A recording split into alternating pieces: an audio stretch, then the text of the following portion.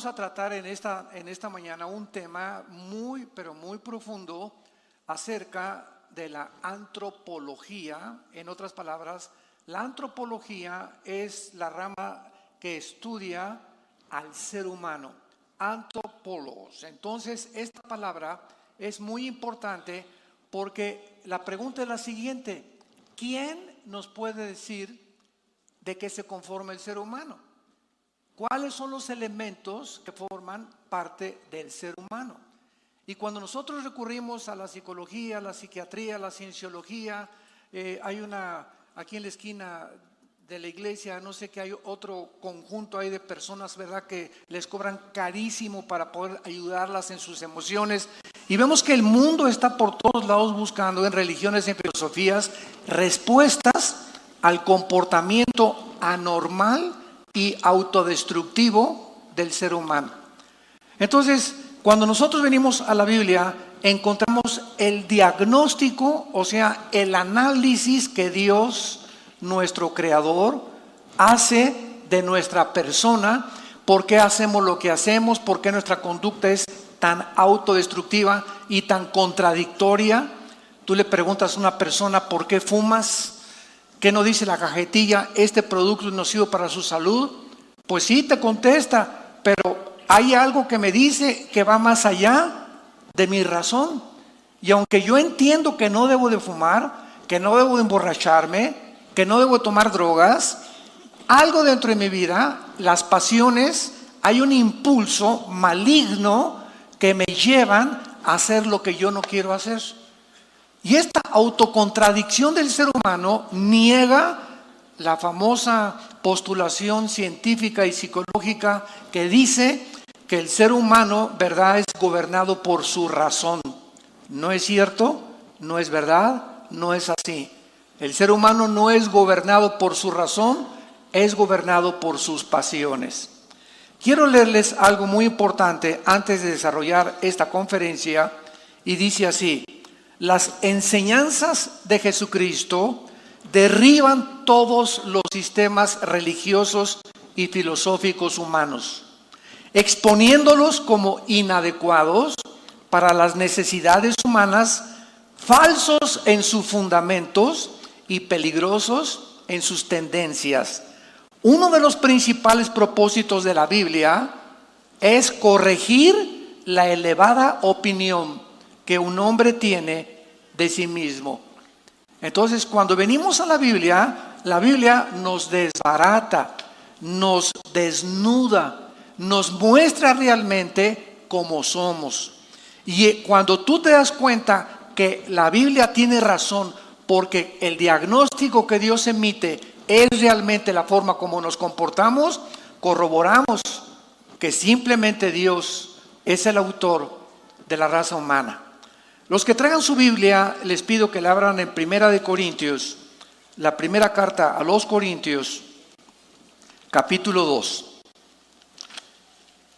Y este es nuestro pasaje principal que vamos a poner como un fundamento. Dice en Primera de Corintios, capítulo 2, versículo 11 al 16. Porque ¿quién de los hombres sabe las cosas del hombre, sino el espíritu del hombre que está en él? Así tampoco nadie conoció las cosas de Dios, sino el espíritu de Dios. Y nosotros no hemos recibido el espíritu del mundo, sino el espíritu que proviene de Dios, para que sepamos lo que Dios nos ha concedido, lo cual también hablamos no con palabras enseñadas por sabiduría humana, sino con las que enseña el Espíritu, acomodando lo espiritual a lo espiritual. Pero el hombre natural, hago un paréntesis, es la persona no regenerada por el Espíritu Santo, la persona que no tiene a Jesucristo, la condición en la cual nacimos naturalmente. Esta clase de persona no percibe las cosas que son del Espíritu de Dios, porque para él son locura y no las puede entender, porque se han de discernir espiritualmente.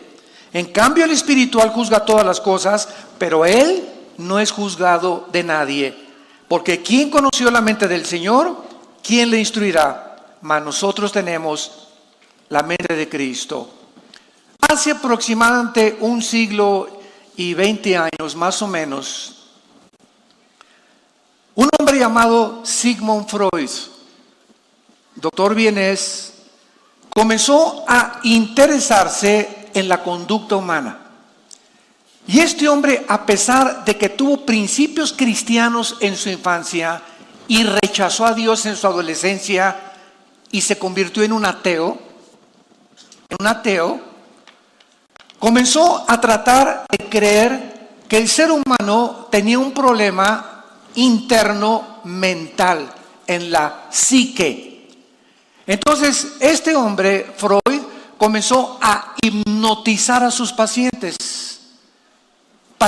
principalmente enfermos de neurastenia, y él creyó que hipnotizándolos podía tratar con su mente inconsciente. Descubrió que hay una mente inconsciente. Cuando soñamos, el espíritu sigue operando, no es la mente. Lo voy a explicar después. Y te preguntas qué son los sueños. Yo estuve viviendo ese sueño anoche. Entonces la mente sigue ocupada de alguna forma en un estado inconsciente. Entonces él comenzó a tratar de esas personas en estado inconsciente, hipnotizadas, ayudarlas para que cuando regresaran a la mente consciente pudieran ser sanadas. Sin embargo, pues todos sus intentos, ¿verdad?, fueron completamente un fracaso. Él desarrolló lo que se llama la psicología clínica, el análisis mental de las personas, el comportamiento, la psicología cristiana que trata ahora con la cuestión del futuro y todo lo que se deriva del doctor Jung, etcétera, etcétera, el autoanálisis. Y él comenzó a tratar de penetrar en el problema humano. Esta disciplina secular de la psicología, sin embargo, está basada en fundamentos evolucionistas. Él estuvo más cerca y creyó más analizando la teoría de Carlos Darwin de que somos producto de los animales, y comenzó a unirlo con el ateísmo, el humanismo y el racionalismo, juntándolo con el darwinianismo. Entonces este hombre mostró, ¿verdad?, a través del tiempo, que el ser humano era imposible de poder ser cambiado. ¿Y cuál fue el problema del doctor Freud? El problema fue que la Biblia nos revela que el problema humano no se encuentra en la mente, porque antes de la mente somos un espíritu.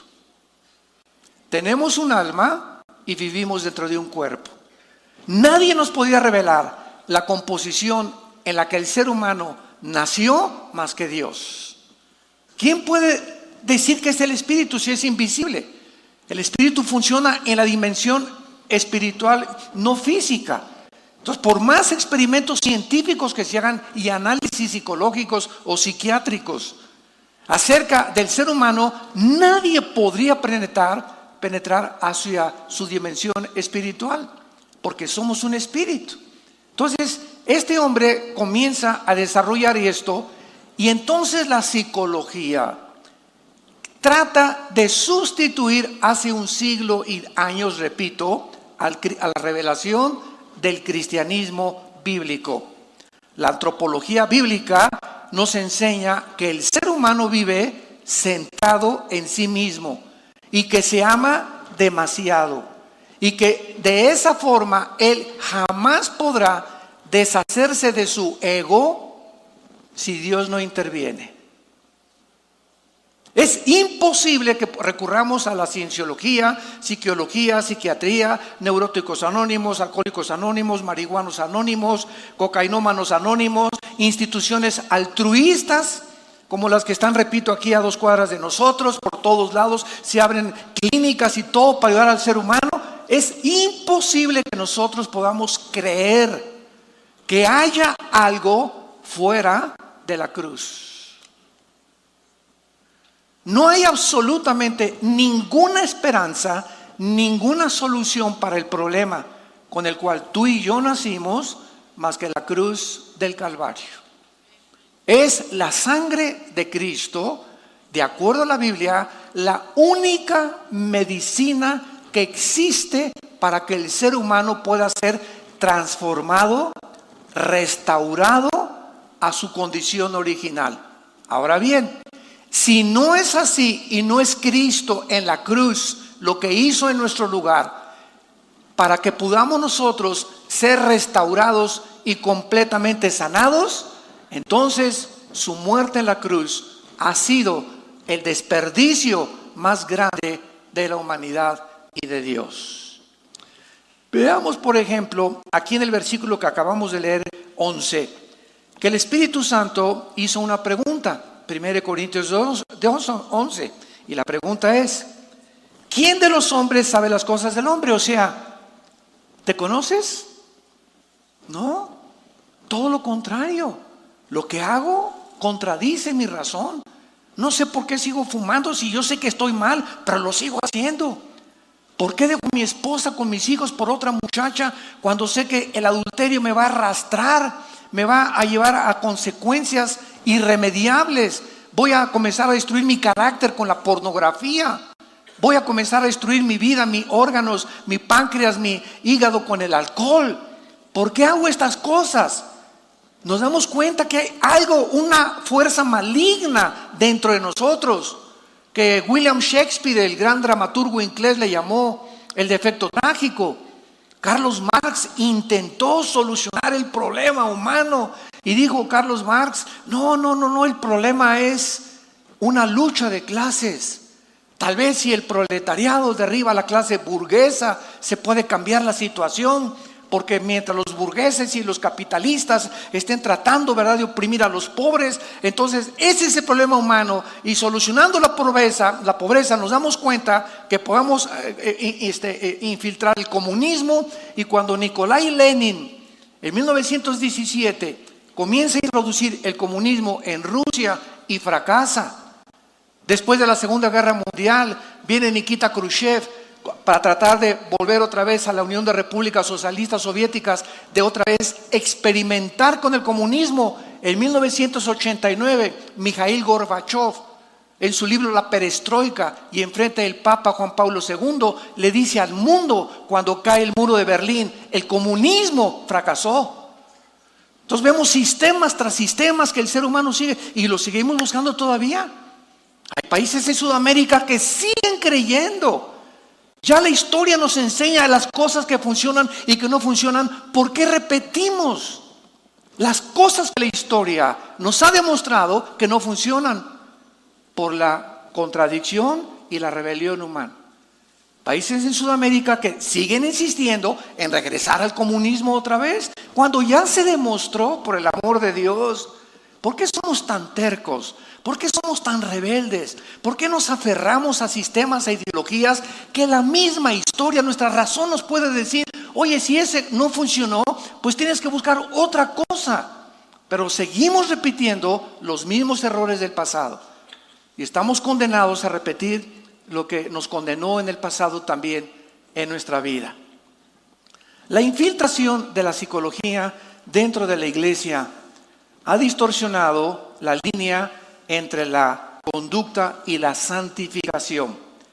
De acuerdo a la Biblia, damas y caballeros, el camino para la salud mental, el camino y el único camino para que tu mente comience a funcionar ya normalmente. ¿Por qué les digo esto? Porque si ustedes van, por ejemplo, la diferencia entre la psiquiatría y la psicología es la siguiente. Los psiquiatras te pueden recetar pastillas tranquilizantes, el psicólogo no.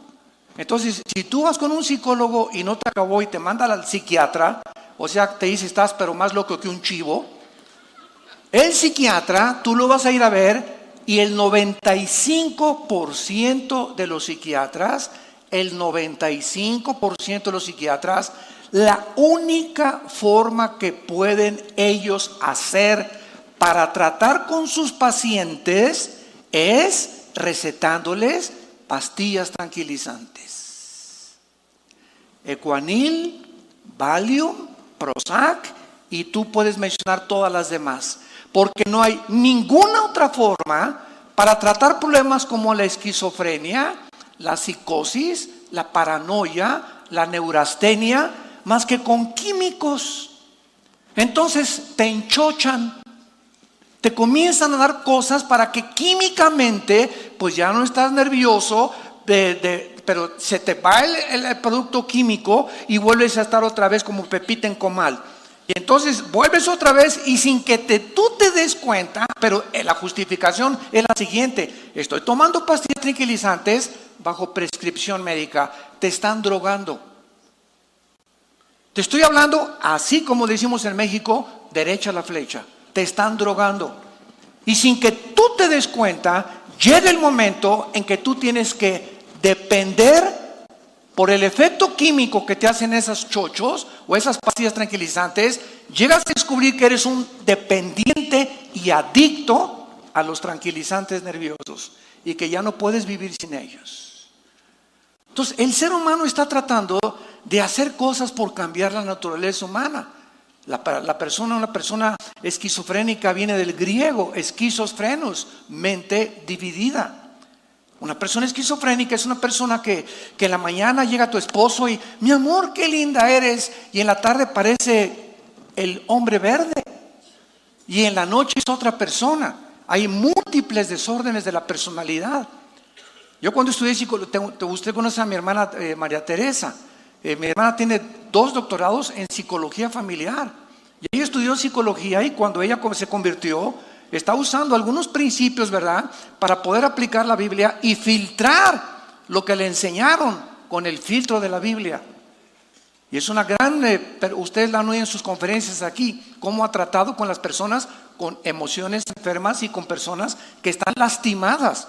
Porque lo que nos hace funcionar equivocadamente en la Biblia son las heridas del pasado. Una persona que no ha perdonado es una persona que vive con rencor. Es una persona que vive con odio. Y este rencor y este odio, escúchame, no van a permitir que te proyectes hacia el futuro. Porque mientras no arregles tu condición mental en este momento, te va a estorbar tu odio y tu rencor a poder darle nada a nadie más que el rencor y el odio que tienes. La amargura es muy contagiosa. Vemos nosotros entonces, ¿verdad?, que de acuerdo a la Biblia, el camino para la salud mental y espiritual es la santificación. Es vivir cerca de Dios, y esta es la razón por la cual Dios bajó al mundo hace 2000 años en la persona de Jesucristo. La psicología, si lo quieres apuntar, es una pseudociencia. No tiene nada de científico. Es una de las más recientes invenciones humanas diseñadas para explicar, diagnosticar y tratar problemas de conducta sin tomar en cuenta la dimensión espiritual. Ese es el problema. Entonces, si tú vas con una persona, ¿verdad?, que quieres que, oiga, mijito, en la noche aúlla como coyote a las 11 de la noche. Pues vamos a verlo con el psicólogo, ¿verdad? Y el psicólogo, fíjate lo que va a hacer. Bueno, niño, ¿qué programas de televisión ves? ¿Qué conducta tienen tus padres? Hay gritos y sombrerazos entre tus papás, porque todas estas conductas anormales afectan a un niño y le crean una paranoia, y tal vez esa es la razón por la cual el niño comienza a ser así. Muy bien, ya pude descubrir qué es lo que a su hijo le hace aullar como coyote o gritar a las 11 de la noche. Y entonces el psicólogo tiene ahora otro problema, la conducta de los padres. Porque los padres son gritos y sombrerazos, y mientras ellos mantengan esta conducta, el niño no va a crecer normal. Va a crecer asustado, va a crecer temeroso, va a crecer con todas estas circunstancias. Entonces ahora ya tiene 2 problemas el psicólogo, el niño y sus padres. Ahora, ¿qué hace con sus padres? ¿Cómo los va a poder ayudar a cambiar? ¿Qué método psicológico hay para cambiar un matrimonio? Ninguno. Entonces, aun cuando se descubre cuál es la causa, no hay la medicina. ¿De qué me sirve que me digan, ya descubrí por qué el estómago por todas las Coca-Cola que se toman? ¿Y cuál es la solución? Pues deje de tomar Coca-Cola. Pues sí, voy a dejar de tomar Coca-Cola, ¿verdad? Pero el daño ya esto, y aquí tengo parece que tengo ratas dentro del intestino. Entonces, esta es la cuestión que nosotros tenemos que poder tratar. Por ejemplo, ¿verdad? La psicología enseña que el pecado es una enfermedad o una adicción. Entonces, no se trata al problema que tú tienes como un pecado, sino como una adicción. Soy adicto a la pornografía. No, no eres adicto a la pornografía. Soy adicto al alcohol. No, no eres adicto al alcohol. Tienes el pecado de la pornografía y el pecado del alcohol. Entonces, si yo estoy convencido que soy adicto al alcoholismo, ¿a dónde voy? Alcohólicos Anónimos. Y voy a Alcohólicos Anónimos, es una institución altruista, no estoy en contra, ¿verdad? Pero todas las instituciones altruistas, Alcohólicos Anónimos, psicología, psiquiatría, cienciología, la que tú me quieras mencionar, somos como un árbol donde una rama es alcoholismo, otra eres una rata, otro eres un ladrón, otro es un mitómano, y entonces te cortan la rama, ok, y ya no dejaste de tomar alcohol, pero sigues rencoroso, sigues con odio, sigues robando, no tratas bien a tu esposa, pero ya eres un borracho santo, perdón, una persona sanada completamente y ya dejaste alcohol. Entonces son como ramas que tratamos de cortar, pero el problema no son las ramas, el problema es la raíz. Y lo que tenemos que atacar es la raíz. Y nadie la puede atacar más que Jesucristo. Solo Cristo vino a tratar con el problema fundamental del ser humano. Somos lo que somos: alcohólico, pornografía, borracho, marihuano, cocainómano, neurasténico, psicópata, etcétera, etcétera. Todas las manifestaciones anormales que el ser humano, como un plumero, como ramas de un árbol, manifiesta, es porque su raíz está infectada. La raíz es el corazón perverso más que todas las cosas. Y por eso es la pregunta: ¿quién puede conocer al ser humano? Nadie más que Dios, por el amor de Dios. Jesús, María y José y el burrito que los acompaña. ¿Quién de los hombres conoce las cosas del hombre sino el espíritu del hombre que está en él? Vayamos ahora al Antiguo Testamento, al libro de Jeremías, capítulo 17. Y veamos este diagnóstico de hace 2600 años. Hace 2600 años, muchos siglos antes que Freud, el profeta Jeremías estaba diagnosticando, inspirado por el Espíritu Santo, la condición humana. Y este versículo, Jeremías 17, versículo 9, lo vamos después de leer a tratar de explicar en su original hebreo. Es interesantísimo las palabras hebreas que se usan en este versículo. Y dice así: engañoso es el corazón más que todas las cosas, y perverso, ¿quién lo conocerá? A los que les interese, apunten las palabras y lo que significa en el original hebreo. La palabra engañoso es la palabra hebrea akov, que significa chueco o torcido o desviado. La palabra corazón es la palabra hebrea L de Lola, E de Enrique, B de Víctor, lev. Siempre que vean ustedes en el Antiguo Testamento la palabra lev o corazón, es la palabra hebrea lev. La palabra perverso es la palabra hebrea anás, que significa incurable. Observen ustedes con muchísima atención la traducción en el original para que nos demos cuenta qué es lo que Dios nos dice acerca de nosotros. Chueco y torcido son nuestros pensamientos, sentimientos, emociones y voluntad. Porque la palabra corazón se tradujo en el Nuevo Testamento mente, en el griego suche, con pp es psuche, y la mente es, como decimos, el alma, que se traduce como alma también. Somos espíritu, alma y espíritu. El alma es la mente, que es las emociones, sentimientos, voluntad e intelecto. Nacimos chuecos, desviados de nuestras emociones, nuestros sentimientos, nuestra voluntad y nuestra intelectualidad. Nacimos completamente chuecos, más que cualquier otra cosa, y además incurables. La palabra perverso es anás, incurable. Incurables son las emociones con las que naciste, con mis sentimientos con los que yo nací, la condición, mi intelectualidad. Nací incurable con un intelecto y voy a ser Einstein o voy a ser un astrofísico o un gran psicólogo o lo que quieras. Sin embargo, a pesar de que el ser humano puede alcanzar una intelectualidad muy elevada, el ser humano es un rebelde contra los mandamientos de Dios. Hace algún tiempo un hombre llamado Bertrand Russell, un ateo en los 50s, y escribió un libro llamado ¿Por qué no soy cristiano? Háganme el favor. ¿Y saben lo que decía este hombre? Que él no era cristiano precisamente porque él creía que tenía una mente superior a Dios. Sin embargo, el angelito, cuando se muere, le descubren, ¿verdad?, que tuvo varias amantes y que comenzaba a batear con la zurda. Acabó en la homosexualidad. Entonces, siempre detrás de muchas personas que consideramos como eminentes científicos y todos, hay problemas morales.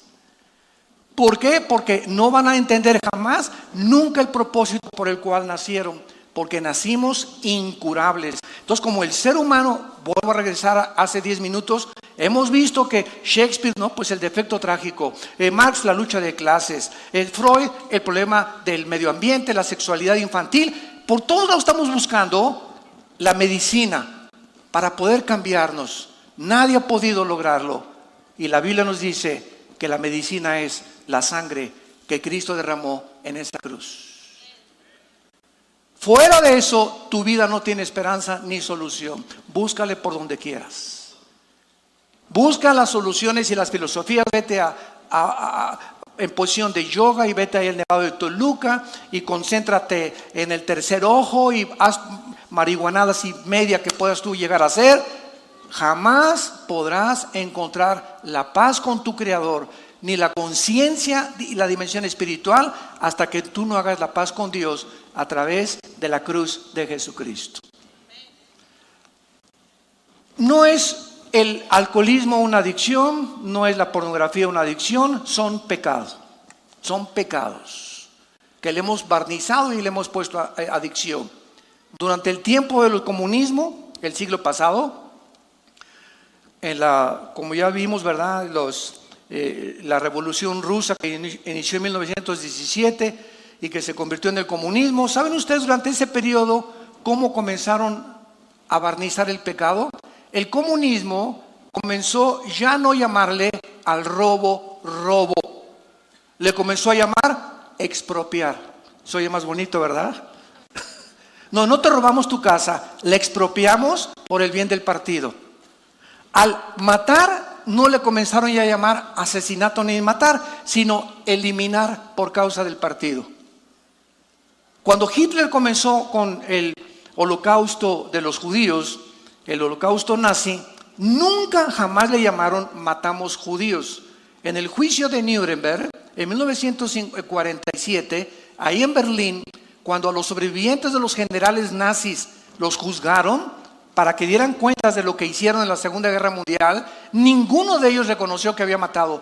Todos comenzaron a decir, es que nosotros eliminamos a ciertos grupos, fíjense, grupos étnicos por el bien del crecimiento de la raza aria.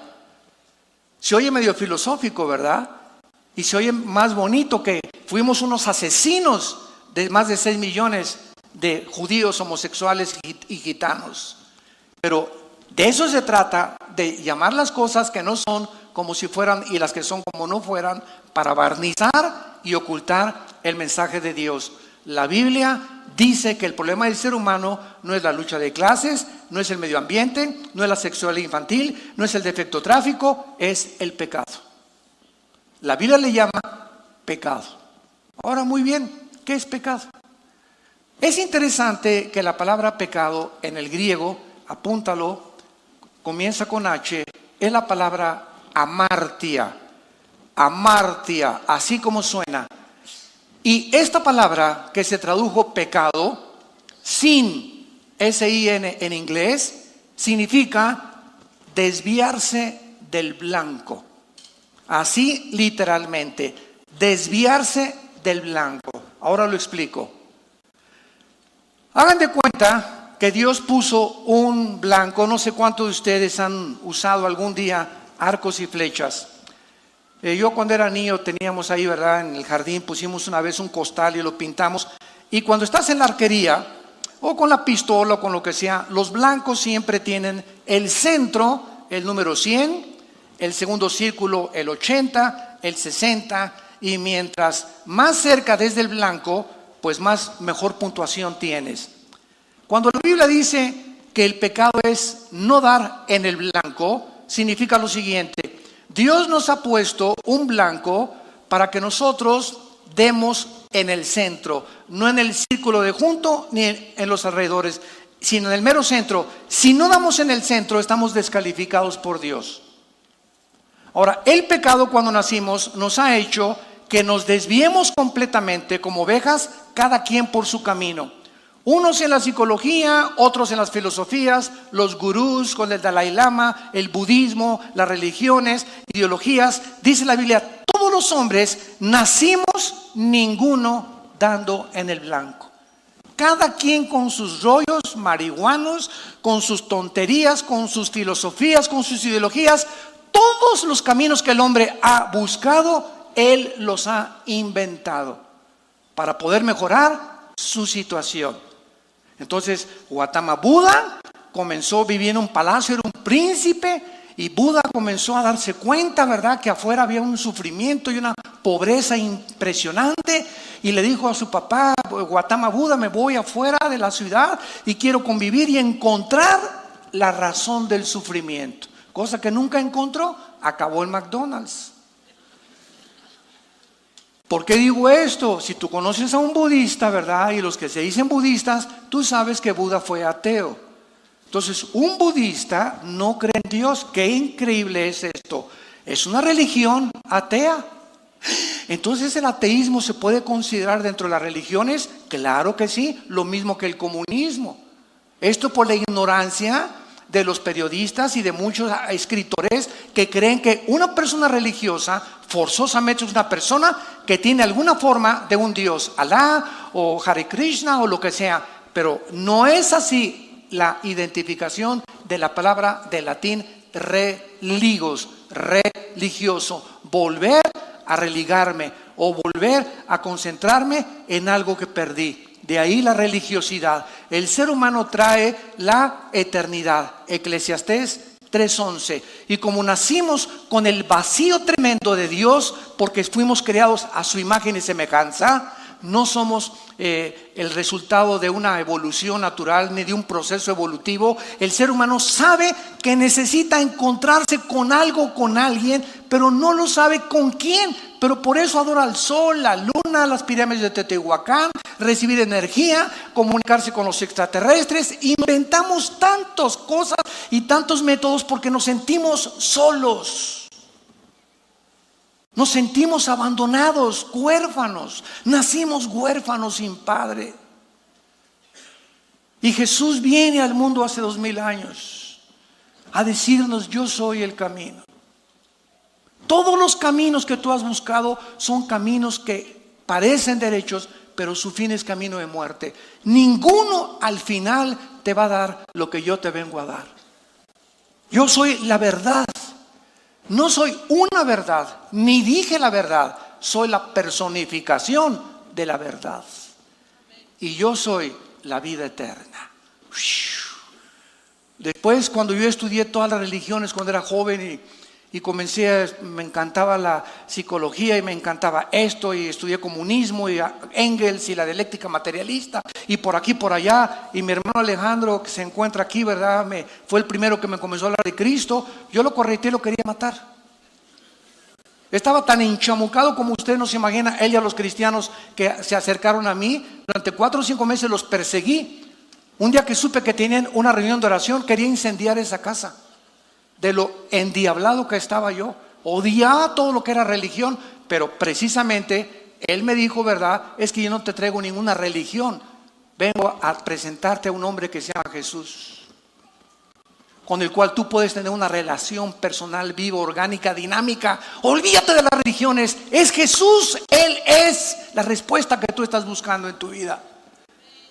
Y pues un día a las 5:30 de la mañana, en la angustia y en los problemas mentales en los que yo me encontraba, caí, ¿verdad? Y me llevaron con un misionero y caí de rodillas. Me enseñó, ¿verdad?, mi condición, que yo era un pecador, que había ofendido a Dios, que era un soberbio de creer que en mí podía encontrar la solución, o en Marx, o en Jean-Paul Sartre, o en Bertrand Russell, o en Nietzsche. Ningún hombre me podía sanar. Era Jesús el que vino del cielo a traernos la respuesta y a reconectarnos con su Padre.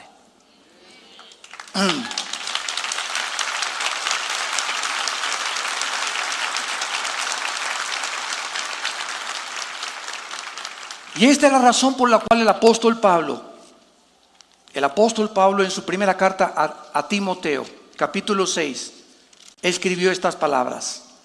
Vean qué radicalismo de la Biblia.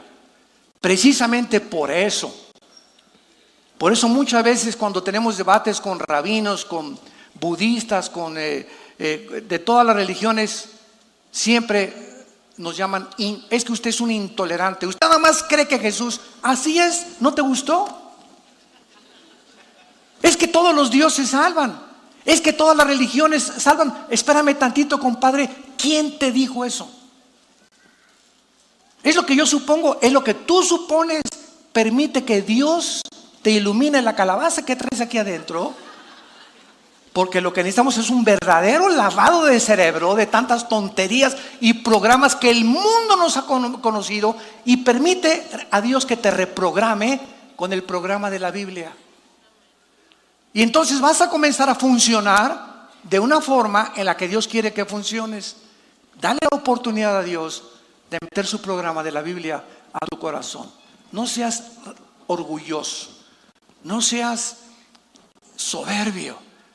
Le diste la oportunidad al budismo, al comunismo, a esto, al otro. Dale la oportunidad a Dios. Tan sencillo como eso. El que tenga hambre y el que tenga sed, venga y beba y coma gratuitamente del agua que yo le daré, dijo Jesús. Eso fue lo que yo hice hace aproximadamente 45 años. Y mi vida fue transformada completamente por el poder de Dios, como la vida de miles de ustedes que nos escuchan. Dice 1 Timoteo 6, versículo 3, si alguno enseña otra cosa y no se conforma a las sanas palabras de nuestro Señor Jesucristo y a la doctrina que es conforme a la piedad, está envanecido, nada sabe y delira acerca de cuestiones de palabras, de las cuales nacen envidias, pleitos, blasfemias, malas sospechas, disputas necias de hombres corruptos de entendimiento, privados de la verdad, que toman la piedad o la religión como fuente de ganancia. Apártate, le dice Pablo a Timoteo, de esas personas. ¿Por qué? Porque te van a envenenar la mente. Cuídate. Hermano, ¿es cierto que los extraterrestres nos van a llevar? ¿Quién te dijo? La revista Duda. Pues yo creo que Dios no existe. Pero ¿de dónde sacaste ese rollo de que Dios no existe? A ver, ¿ya fuiste y lo buscaste por todo el universo? Mira, cuando una persona dice que Dios no existe, ¿sabes lo que está diciendo esa persona? Que es omnisciente. ¿Qué es la omnisciencia? Solo le pertenece a Dios, que sabes absoluta y conoces todas las cosas. Y cuando alguien dice no existe Dios, es porque ya ha conocido y ha examinado absolutamente todos los métodos y ha ido por todas partes para concluir en su bitácora no existe Dios. ¿De dónde sacaste este rollo, tú chamaco que tienes 20 años, que todavía no sales ni del huevo? Mi maestra de la preparatoria lo dijo, y así somos influenciados por los programas de los hombres. ¿Y quién te dijo que venimos de chita y que venimos de los animales? Darwin. Lee por el amor de Dios. Dile a tu maestro que te enseña la evolución que lea otra vez el libro El origen de las especies. ¿Y sabes qué vas a encontrar en el origen de las especies? Si yo voy a una librería y me interesa a mí el origen de los leones y veo un libro que dice el origen de los leones, y después de leer el libro, buscando yo cómo se originaron los leones, nunca me dice cómo se originaron los leones, ¿para qué le puso el origen de los leones? Entonces, cuando tú lees el origen de las especies, es porque estás buscando la razón por la cual dice que un hombre dijo que encontró el origen del ser humano o de cómo se formó la creación. Y llegas al libro del origen de las especies de Carlos Darwin y dice, Ansei, quizá, no sé, no estoy seguro, a lo mejor. Este lenguaje no es científico. Cuando murió Darwin, ni siquiera él estaba convencido que veníamos de un proceso evolutivo. Pero cuando una mentira se repite 100 años, se acaba aceptando como una verdad. Y esta es la razón por la cual los maestros en la escuela, tus maestros, mis maestros que me educaron a mí, nos fuimos educados en colegios lasallistas, en colegios muy, muy religiosos, no tienen otra cosa que enseñarte más que venimos del chango. ¿Cuál es la otra parte de la moneda? La creación divina. Pero cuando les dices, es que, ¿por qué no les damos la oportunidad a los estudiantes y los mismos ateos de que vean la otra cara de la moneda y estudien el contrapeso bíblico, científico, de que fuimos creados a imagen y semejanza de un creador y sustentador del universo? Tienen miedo de poder enseñar. Aun cuando la Biblia, escuchen lo que voy a decir, la Biblia manifiesta evidencias científicas de que fuimos creados a la imagen y semejanza de un creador, y que la forma como la Biblia relata la creación humana está comprobado por la genética, por la química, por la biología y por la física. Y la teoría de Darwin contradice las leyes de la física, las leyes del electromagnetismo, las leyes de la entropía, las leyes de la termodinámica, la primera y la segunda ley termodinámica, las leyes de la física, las leyes de la genética. Contradice todo, pero ¿cómo es posible que yo me enfrente con tantas contradicciones y lo sigo aceptando y lo sigo enseñando? ¡Qué contradicción del ser humano! ¡Qué bárbaro! Oiga, maestro, ¿cómo es posible que usted se atreva a enseñar eso cuando la misma física, la misma biología y la misma genética lo contradicen?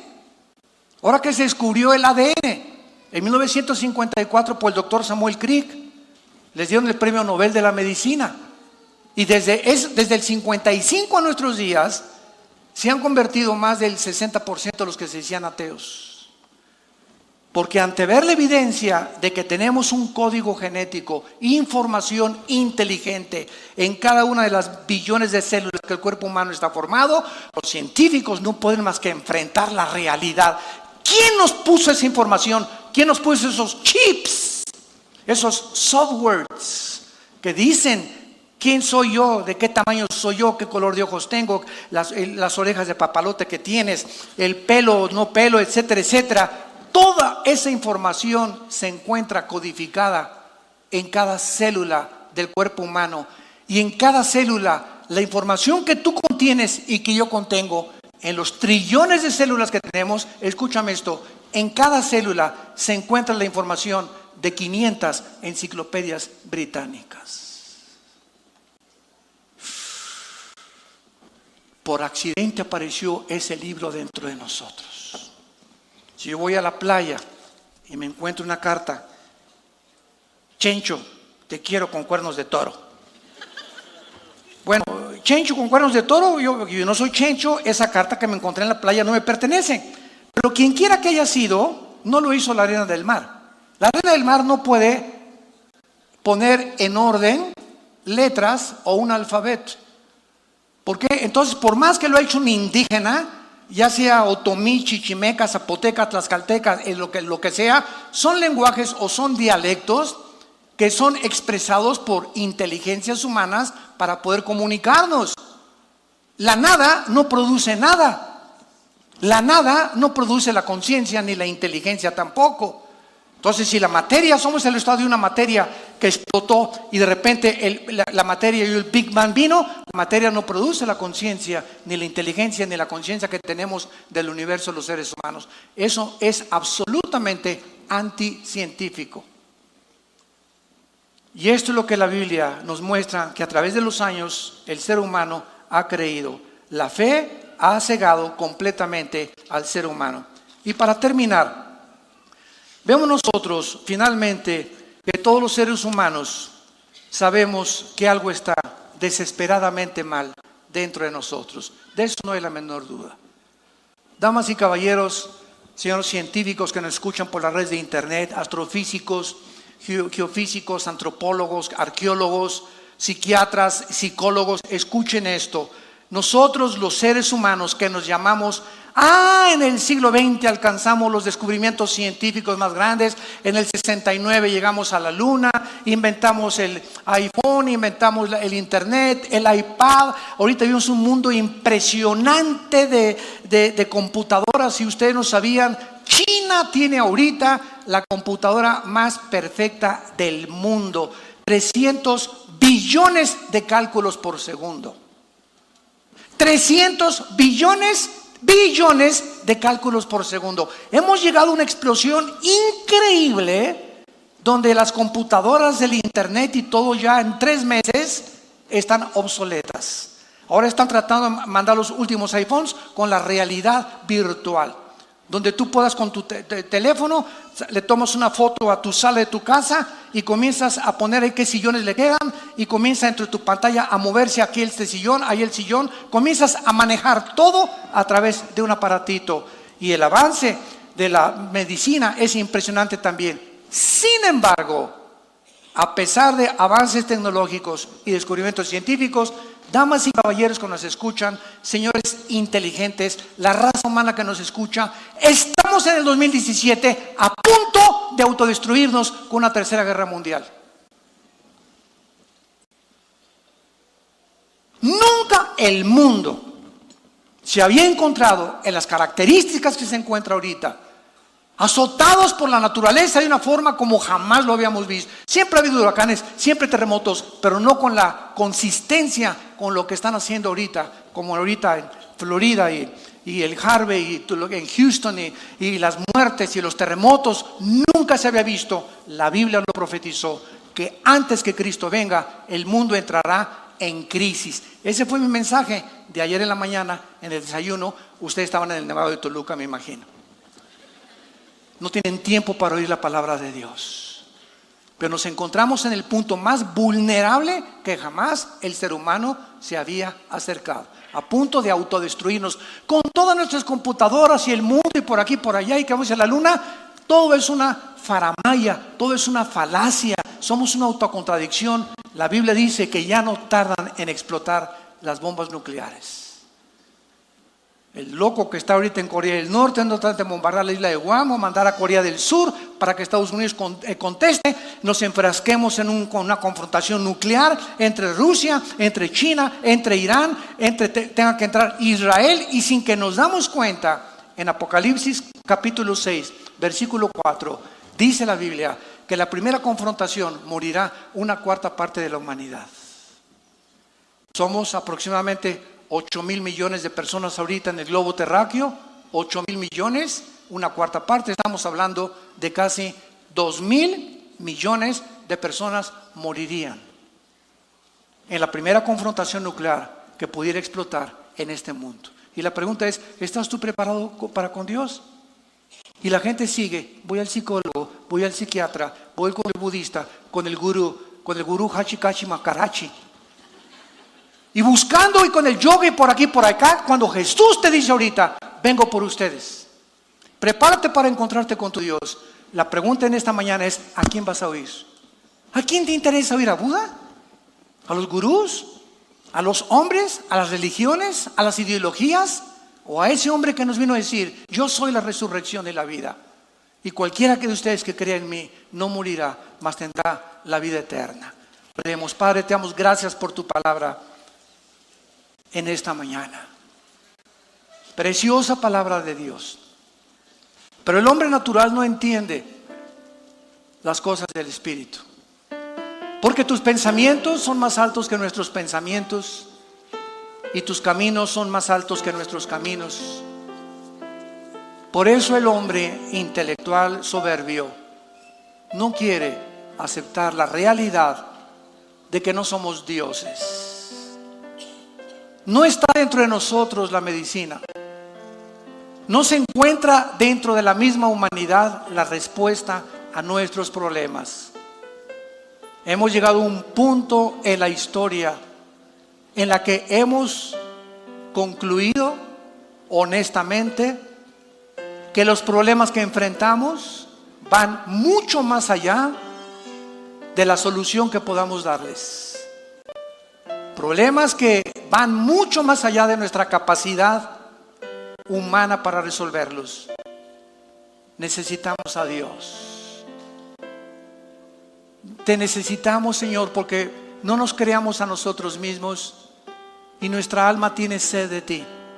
Algo dentro de nuestra alma y nuestra conciencia nos muestra la sed con la que nacimos, lo contradictorio que es nuestra conducta para acabar aceptando que tú eres la medicina, que tú en esa cruz abriste tus brazos y derramaste tu sangre, te pusieron espinas, azotaron tu espalda con un látigo, con huesos y con metales, desgarrándote todos los tejidos subcutáneos de tu espalda y de tu pecho.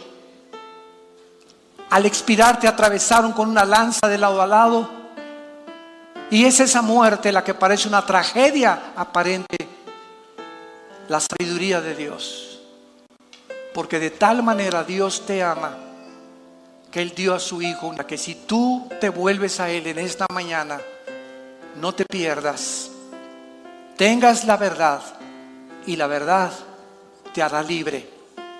La razón por la cual la humanidad se encuentra como se encuentra, hay una sola palabra para describirlo: ignorancia. Ignorantes de la verdad. Por eso hacemos lo que hacemos y nos conducimos como nos conducimos, porque ignoramos esa cruz que hace 2000 años nos vino a hablar al corazón para sanar nuestra condición de pecado. Si alguien en esta mañana, y ustedes que nos escuchan por internet, quieren abrir su corazón a Cristo, ahí desde tu lugar, tal vez estás en una cárcel. Sabemos ya que hay cantidad de cárceles y sistemas penitenciarios en Sudamérica y hasta en España que están abriendo la oportunidad a los presos, permitiéndoles oír estas conferencias, dándose cuenta que solo Cristo puede cambiar el corazón humano. O tal vez te encuentres en un hospital o sentado en la sala de tu casa, donde quiera que estés. Dile con toda tu alma a Jesús: Señor mío y Dios mío, te pido perdón por mis pecados. Creo que en esa cruz derramaste tu sangre preciosa para perdonarme. Te pido que entres a mi corazón como mi Señor y mi Salvador.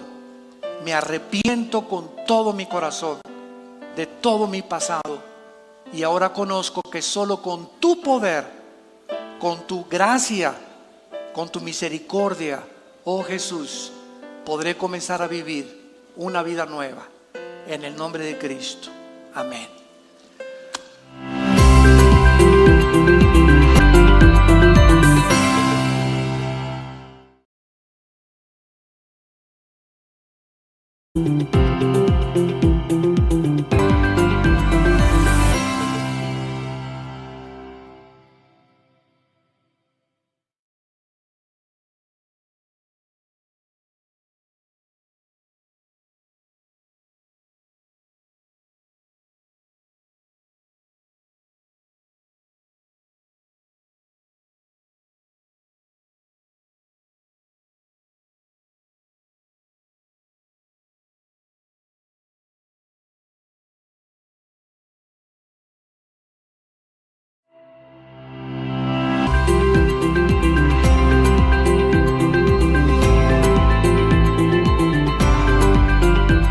Vencedores. Vamos a ver quiénes son esos vencedores que continuamente la Biblia menciona y que hay tanta mala interpretación acerca, o la creencia de que todos los cristianos vamos a tener las mismas recompensas. Y vamos a entender en este mensaje, ¿verdad?, que aunque la salvación es gratuita, y es un regalo de Dios. Las recompensas, síganme con mucho cuidado y abran bien sus oídos, las recompensas nos las tenemos que ganar a través de la fidelidad que demostremos en Cristo. Entonces, una cosa es entrar al cielo, que es gratuito, y otra cosa es, ya estando en el cielo, la posición que tú y yo vamos a tener, dependiendo de las coronas que te hayas ganado mientras estás aquí en la tierra, a través de tu fidelidad en la obra de Dios. Esto es muy interesante y nos va a abrir los ojos a un panorama distinto al que creíamos nosotros tener. Apocalipsis capítulo 2, versículo 7. Dice Jesucristo este mensaje a las iglesias: el que tiene oído, oiga lo que el Espíritu dice a las iglesias, al que venciere. Ya desde ahí comenzamos a entender que no todos son y ni van a ser vencedores. Los vencedores, o al que venciere, ellos comerán del árbol de la vida, el cual está en medio del paraíso de Dios. Apocalipsis 2, versículo 11. El que tiene oído, oiga lo que el Espíritu dice a las iglesias. El que venciere no sufrirá daño de la segunda muerte. Versículo 17. El que venciere comerá el maná escondido. Le daré una piedrecita blanca y en la piedrecita un nombre nuevo, al cual ninguno conoce ni tampoco lo recibe. Capítulo 3 de Apocalipsis, versículo 5. Al que venciere seré vestido de vestiduras blancas, y no borraré su nombre del libro de la vida, y confesaré su nombre delante de mi Padre y delante de los ángeles. Y el versículo 12. Al que venciere le haré columna en el templo de mi Dios, y nunca más saldrá de allí. Escribiré sobre él el nombre de mi Dios, el nombre de la ciudad de mi Dios, la nueva Jerusalén, la cual desciende del cielo de mi Dios, y mi nombre nuevo. Muy bien, vamos a comenzar a tratar de definir los términos, porque esto es muy importante cuando estudiamos la teología o estudiamos la Biblia. ¿Qué significa esta palabra? Por ejemplo, la palabra religión. Ustedes pregúntenle a cualquier periodista, a cualquier medio de comunicación, a cualquier escritor, ¿quién es una persona religiosa o qué significa religión? Y te van a contestar todo aquello que esté asociado con Dios. Y tú le puedes contestar inmediatamente, para manifestar la grande ignorancia de las raíces etimológicas de la palabra religión. Tú les contestas, ¿y qué del budismo? ¿Qué te va a contestar? Es una religión atea. Los budistas no creen en Dios. Entonces, ¿cómo es posible que usted me esté diciendo que tiene que estar Dios para ser considerado religión? Entonces, desgraciadamente, ¿verdad? El mismo mundo que vivimos a nuestro alrededor usa y acuña frases o hace propagandas diferentes acerca de las palabras. La palabra religión viene del latín re, que significa regresar o volver a, y ligos, ligar o unir. Entonces, una persona religiosa es una persona que está tratando de volver a unirse con una deidad. Y por eso todas las religiones, ya sea el Corán, Alá, los Vedas, el Ramayana, los hindúes, ¿verdad? El judaísmo, etcétera, etcétera, son religiones que están a través de buenas obras y a través de muchos sacrificios tratar de el alma humana traer la eternidad de Dios, buscando la forma de quitar esta conciencia de culpa que tengo y dar dinero, hacer algo como el mismo Al Capone, ¿verdad? En los 20s, 30s, que se disfrazaba de Santa Claus en Navidad para regalarle dulces a los niños, y en enero comenzaba a matar a más de 500 personas. Entonces, veamos qué importante es definir términos. Por eso la gente no tiene una opinión adecuada acerca de las conversaciones o en los debates que tú vas a tener algún día en el radio o en la televisión, que Dios te va a levantar como un guerrero de Dios. Es importante siempre definir los términos. Lo mismo en la abogacía. En un contrato, una coma mal puesta ya puede cambiar completamente la visión de ese contrato, o de una defensa, o la misma jurisprudencia también. Entonces, es muy importante las palabras y la forma como se acuñan las palabras. La palabra vencedor en el griego viene la palabra Nike o Nikao, de ahí vienen los tenis Nike. Ahora ya saben los que los Nike significa vencedores. Por eso los fabricantes de los tenis Nike escogieron una muy buena palabra en el griego porque el que se ponga los tenis va a vencer. Bueno, supuestamente es así la propaganda, ¿verdad? Entonces, la palabra Nike con Nike significa simplemente victoria. Victoria, se tradujo vencedor o victoria. Así pues, un vencedor es una persona, de acuerdo al griego, porque viene de las Olimpiadas de Grecia, esta palabra eran los que ganaban o los que tenían la corona que se les daba. Si corrían 50, uno solo ganaba la corona, de los clavados uno solo, de la natación uno solo, y es precisamente cuando eran equipo, pues ya les daban diferentes premios, pero de ahí viene precisamente la palabra en la Biblia, los vencedores. Muy bien, algunos piensan que por el hecho de que somos cristianos, vamos también a ser considerados como vencedores. Y esto es lo que vamos a comenzar a aclarar. Vean en 1 de Juan capítulo 2, versículo 13, la exhortación del apóstol Juan. Y ahora, hijitos, permanezcan en él, para que cuando se manifieste tengamos confianza, para que en su venida no nos alejemos de él. ¿Cómo? Avergonzados, ¿verdad? Obviamente, si muchos cristianos van a ser avergonzados en la venida de Cristo, y aunque, como decíamos vulgarmente, van a entrar de panzazo al cielo con 6 o 7 de calificación, muchos siguen considerando eso. Pues aunque yo entre de panzazo al cielo, pues yo pasé los exámenes o entré por lo menos al cielo. Pero la Biblia tiene otro mensaje más profundo que ese. No nos conformemos, no te conformes con pasar de año nada más. Tú puedes pasar con 6 o 7 a la universidad o de secundaria a la preparatoria, pero vas a descubrir ya estando en la preparatoria que aunque pasaste y estás en la preparatoria, te va a costar mucho más trabajo la prepa que los que pasaron con 8, con 9 o con 10. Porque entraron mejor preparados y no de panzazo nada más. Entonces, al llegar al cielo, tenemos que entender lo siguiente: va a haber puestos, va a haber posiciones, vamos a gobernar galaxias. Se habla, por ejemplo, del rey David, que va a ser el virrey o el vicerregente de Jerusalén con Jesucristo, y que va a Dios a asignar tronos a muchos cristianos que fueron vencedores hasta el final. La Biblia, por ejemplo, también en 1 de Juan capítulo 2, dice en el versículo 9, el que dice que está en la luz y aborrece a su hermano, está todavía en tinieblas. El que ama a su hermano permanece en la luz y en él no hay tropiezo, pero el que aborrece a su hermano está en tinieblas. O sea, eres un mentiroso, eres una mentirosa.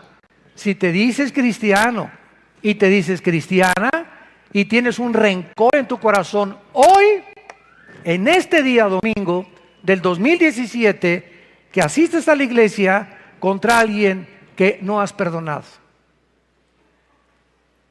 contra alguien que sigues guardándole rencor y odio y amargura en tu corazón, estás en tinieblas. Si algo nos bloquea completamente la dirección y la iluminación del Espíritu Santo, es la amargura.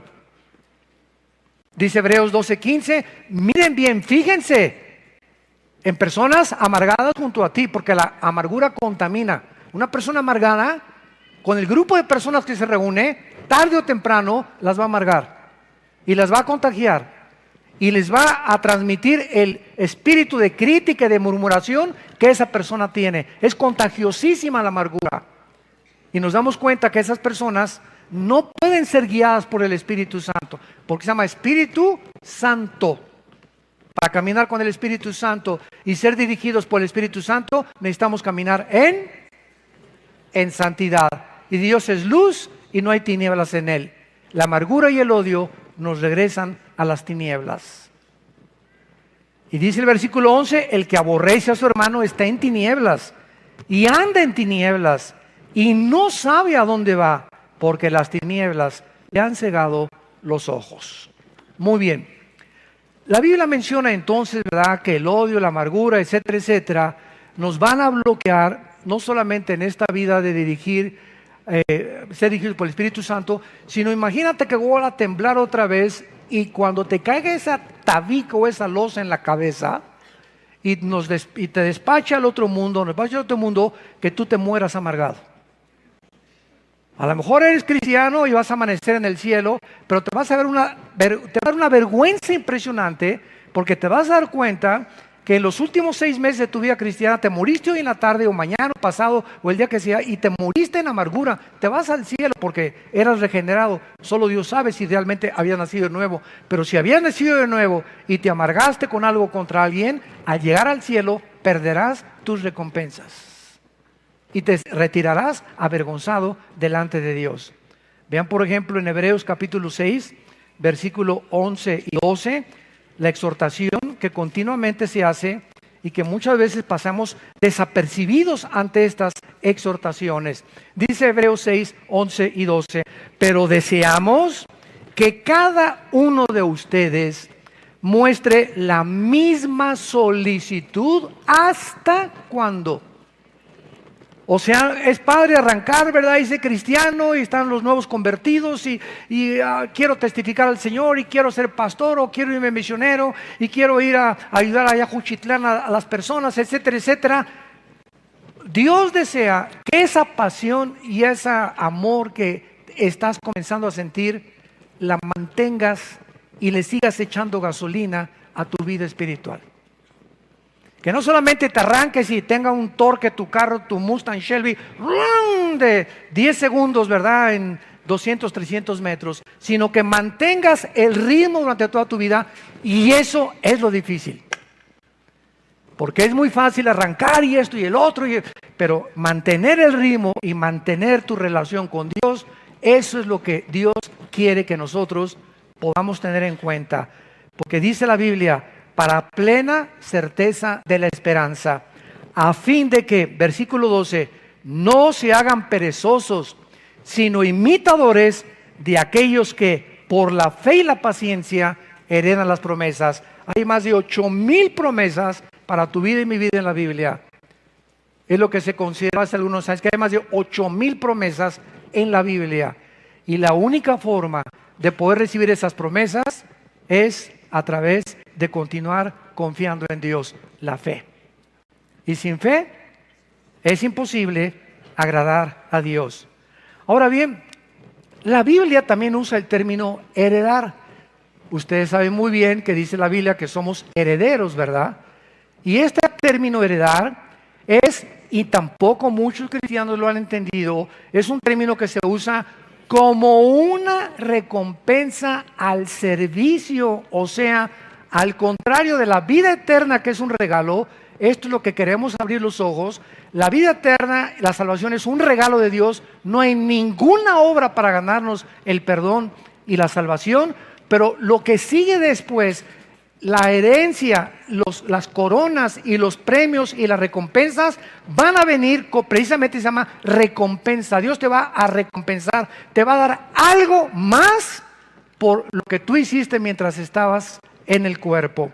Vean por ejemplo 2 de Timoteo capítulo 4 versículos del 6 al 8, lo que Pablo dijo antes de morir. Aquí está Pablo ya listo para morir y dice Pablo en 2 de Timoteo capítulo 4 versículo 6, porque ya estoy para ser sacrificado y el tiempo de mi partida está cercano. He peleado la buena batalla, he acabado la carrera, he guardado la fe. Por lo demás, o sea, por haber peleado la buena batalla, por haber acabado la carrera y no haberse quedado a la mitad de la vida cristiana, y por haber hasta el final de su vida se mantuvo confiando en Dios, guardando la fe, me está guardando. ¿Qué corona? Esa corona es solamente para los que pelearon la buena batalla, para los que corrieron la carrera, para los que hasta el final de sus vidas fueron fieles hasta la muerte. Y dice la Biblia, y no solamente el Señor me dará esa corona, sino también a los que aman su venida. ¿Cómo podemos saber quiénes somos los que amamos la venida de Cristo? 1 de Juan 3:3. Todo aquel que tiene esta esperanza se purifica a sí mismo.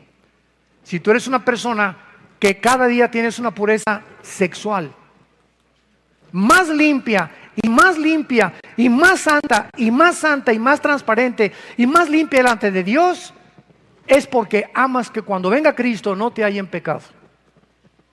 Es porque amas a Cristo y sabes que te puedes morir en la tarde o mañana en la noche, y Dios Santo, Jesús, María y José y el burrito que los acompaña, que no me agarre de bajada cuando venga la muerte a mi vida. Porque aunque voy a entrar al cielo, vamos a ver ahorita las recompensas tan grandes que Dios tiene para aquellos que son fieles hasta la muerte.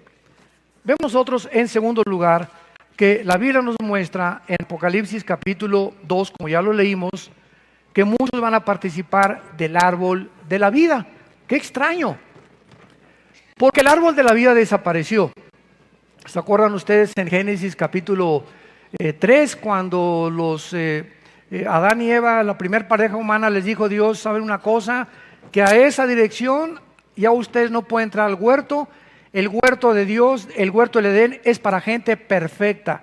Ustedes están en estado imperfecto, no pueden estar en un medio ambiente perfecto. Entonces, para el huerto es para la gente perfecta, para la gente madura. Ustedes fuera del huerto, Adán y Eva. ¿Por qué? Porque no pueden regresar al árbol de la vida. ¿Qué era el árbol de la vida?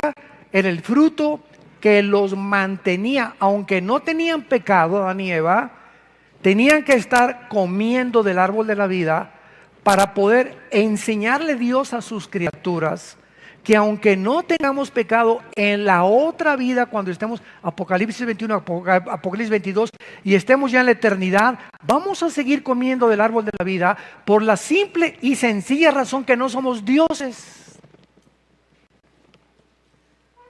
Que siempre vamos a estar dependiendo de Dios. Ese es el simbolismo y el significado de comer del árbol de la vida. Vamos siempre a depender de Dios. Y cuando Moisés estuvo en el desierto, en el área física, material, le dio Dios esa lección diciéndole, mira Moisés, voy a mandarles diario un alimento que se llama el maná. La palabra maná en hebreo, ¿saben qué significa? ¿Qué es esto? Vamos a ver qué lindo es el Señor, qué sabio es Dios. ¿Qué es esto, no? Entonces cuando comenzó a caer el maná, fue lo que comenzaron a preguntar, ¿qué es esto?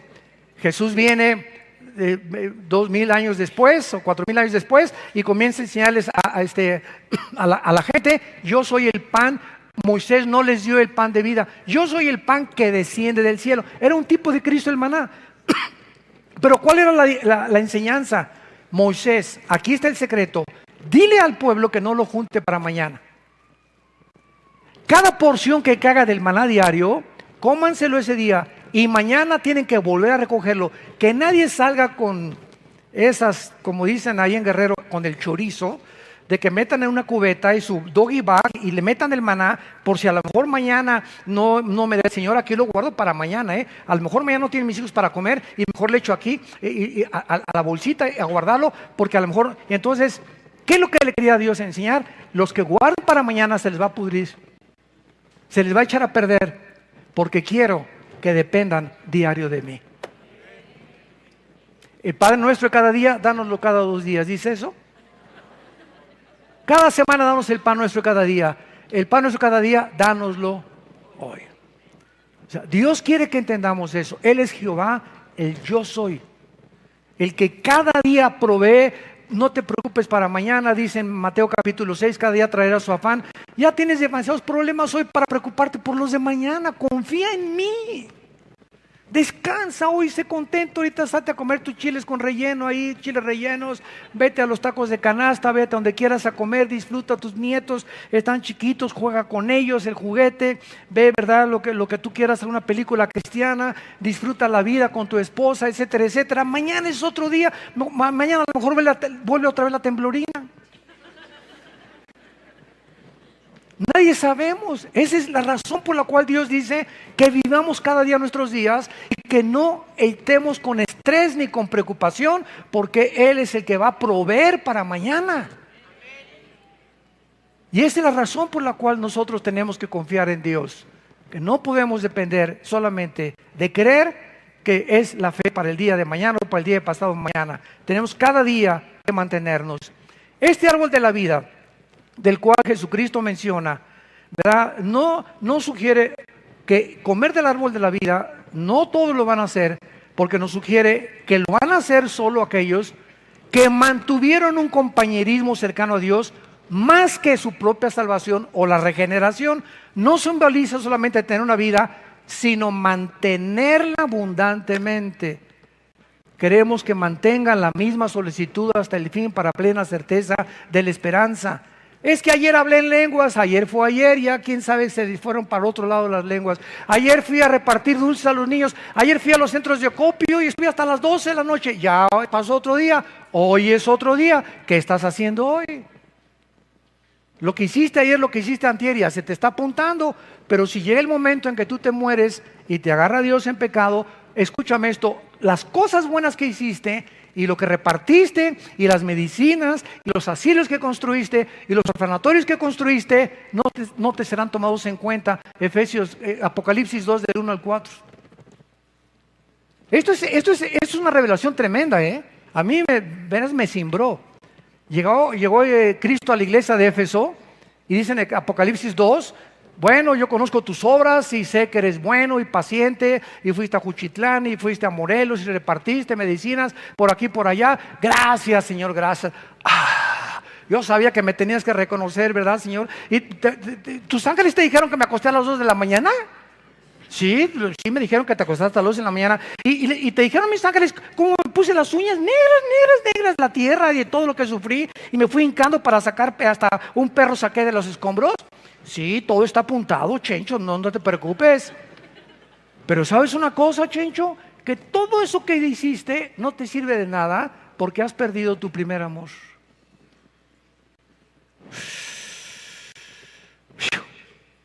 Esto nos hace pensar profundamente, ¿eh?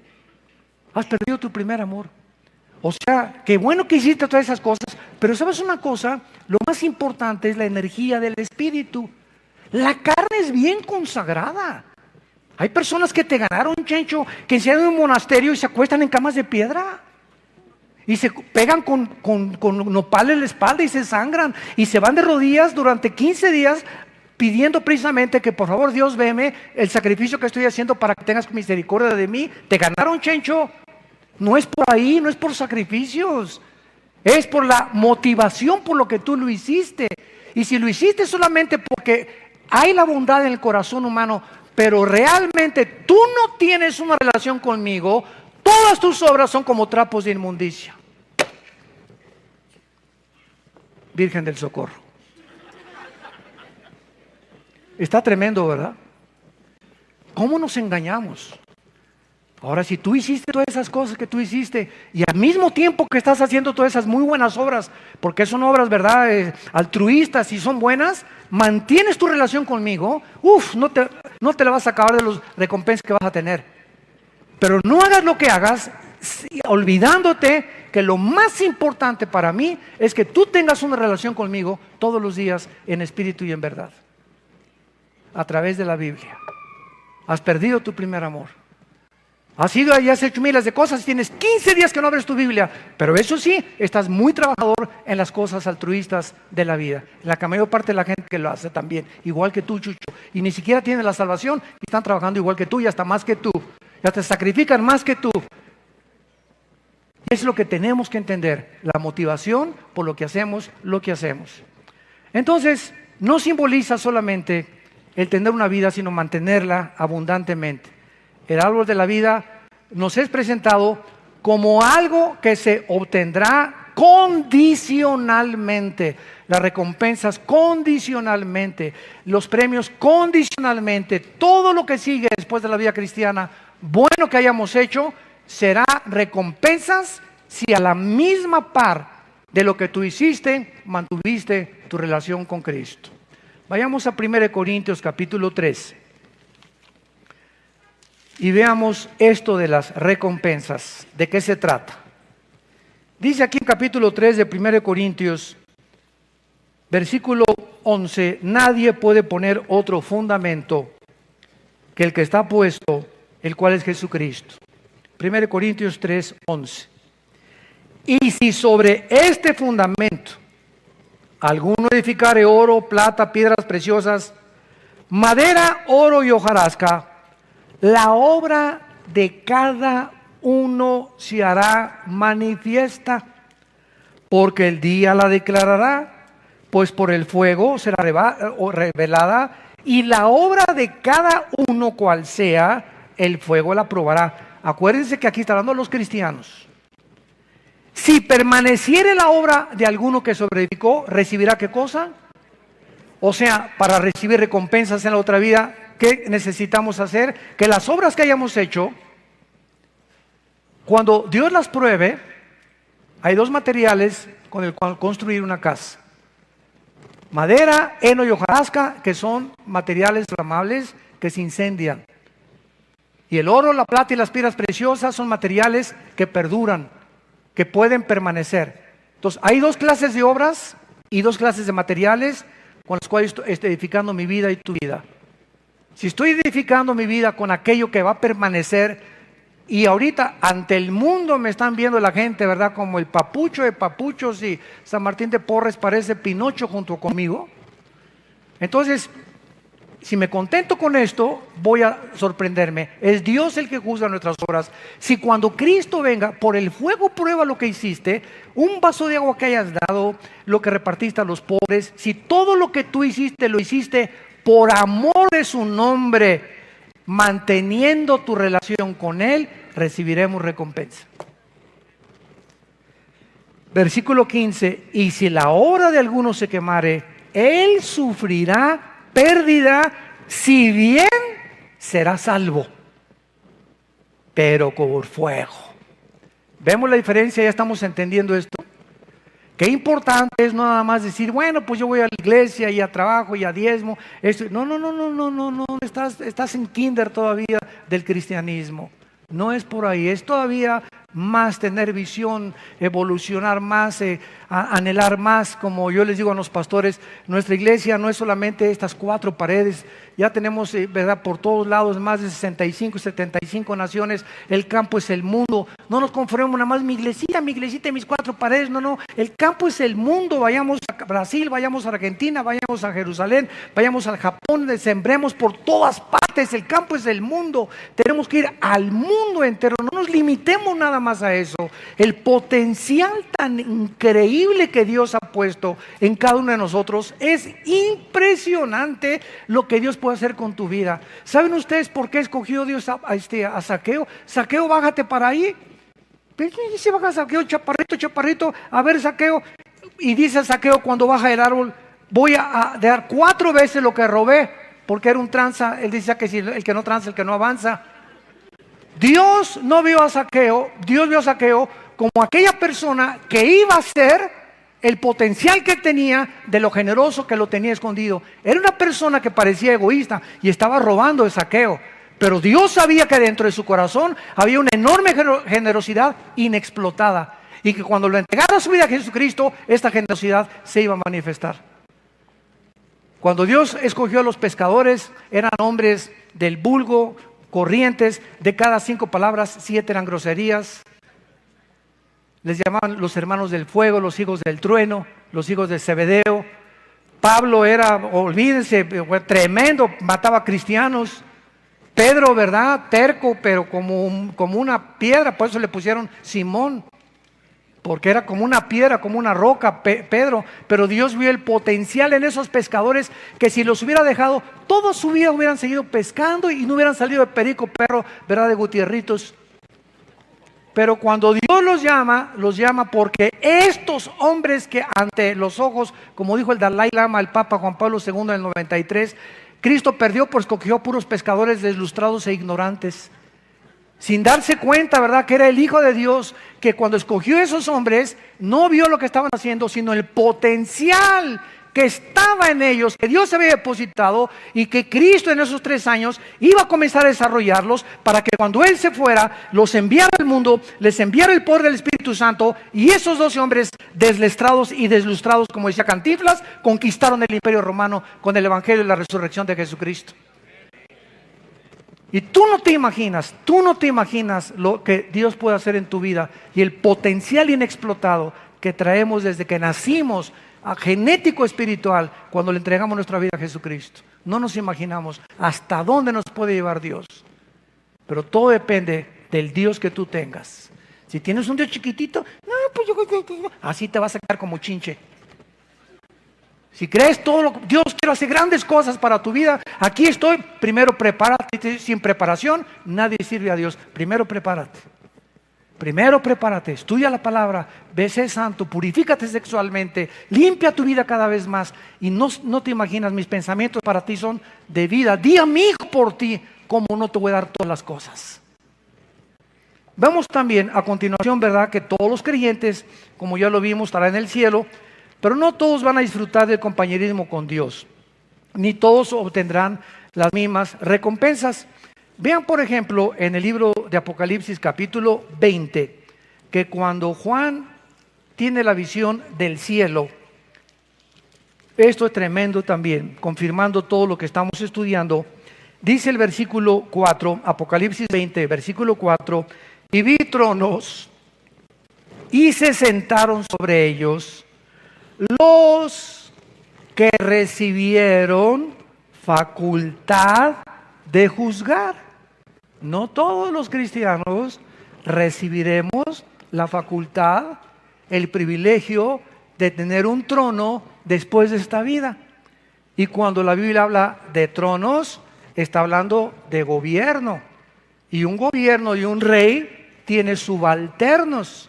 Entonces en los siglos que vienen y en la vida que viene, no todos los cristianos van a sentarse a gobernar.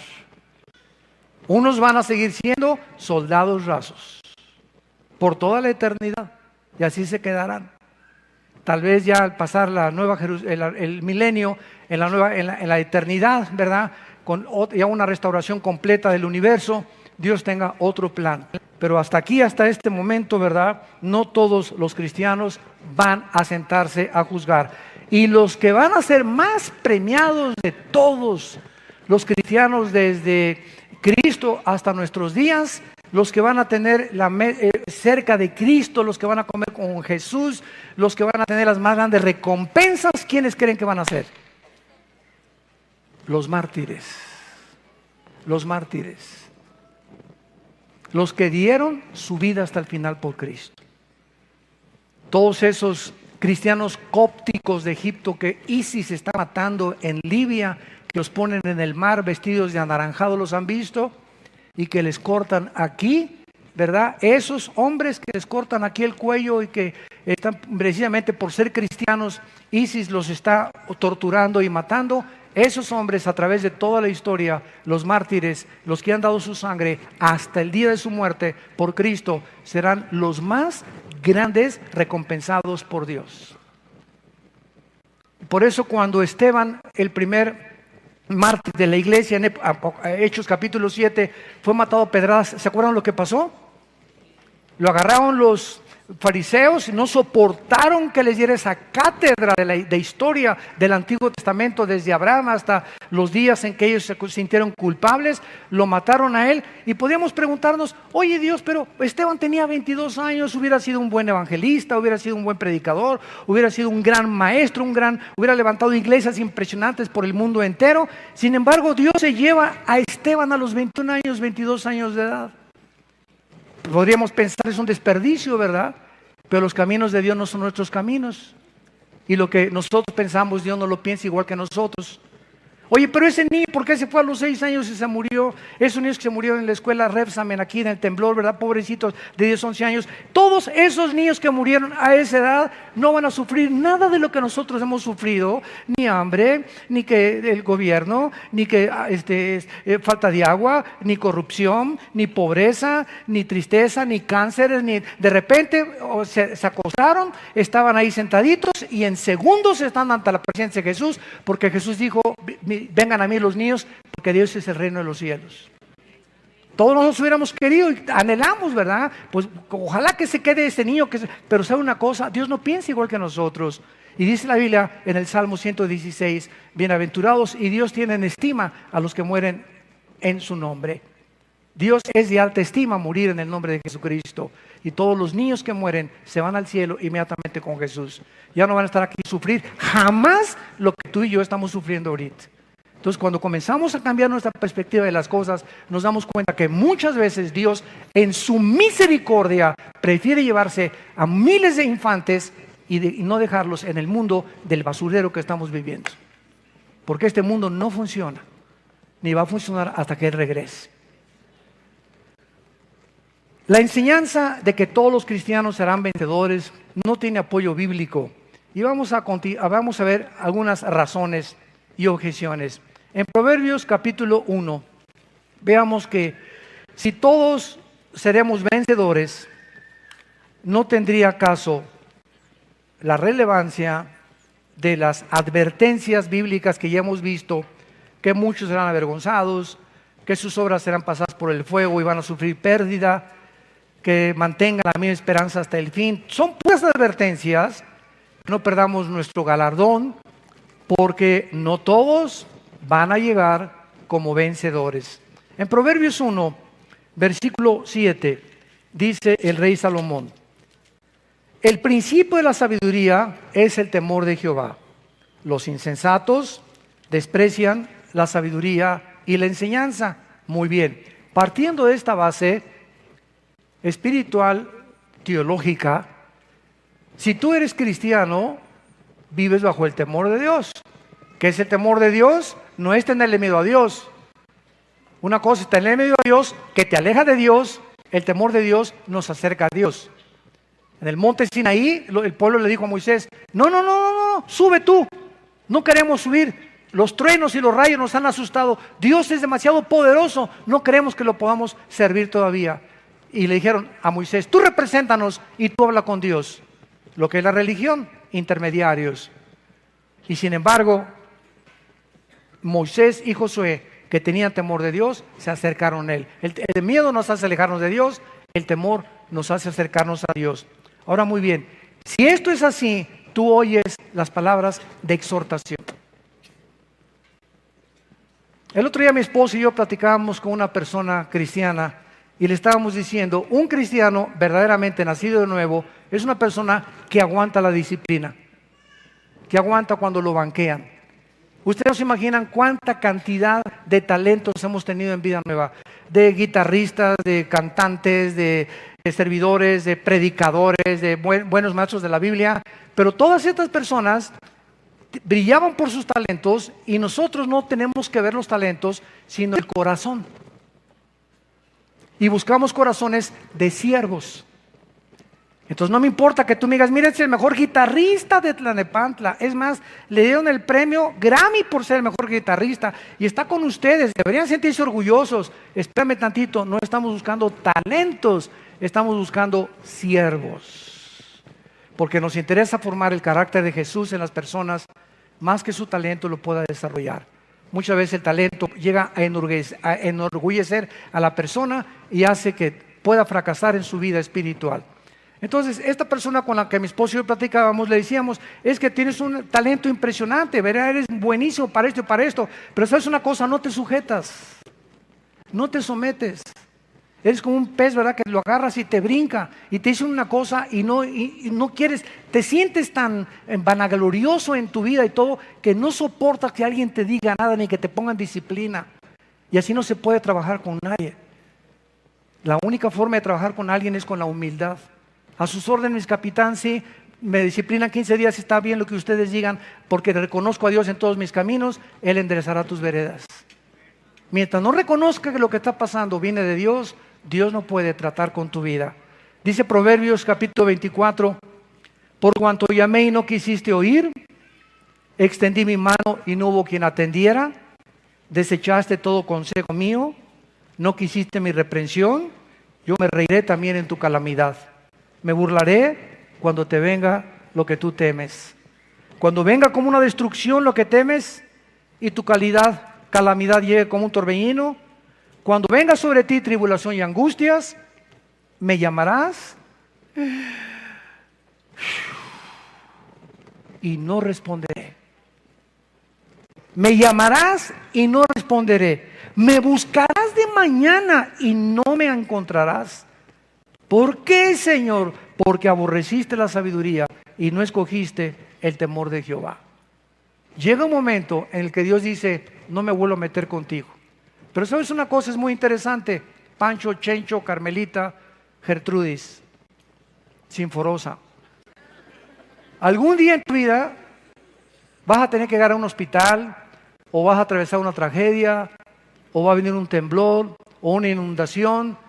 Y todo lo que en el pasado yo te hablé, y te estuve hablando, y te di la oportunidad, cuando vengan estas cosas, tribulación y angustia y terremotos, inundaciones y meteoros que caen al cielo, entonces por lógica la naturaleza humana así reacciona. Ahora sí, Jesús, Dios mío.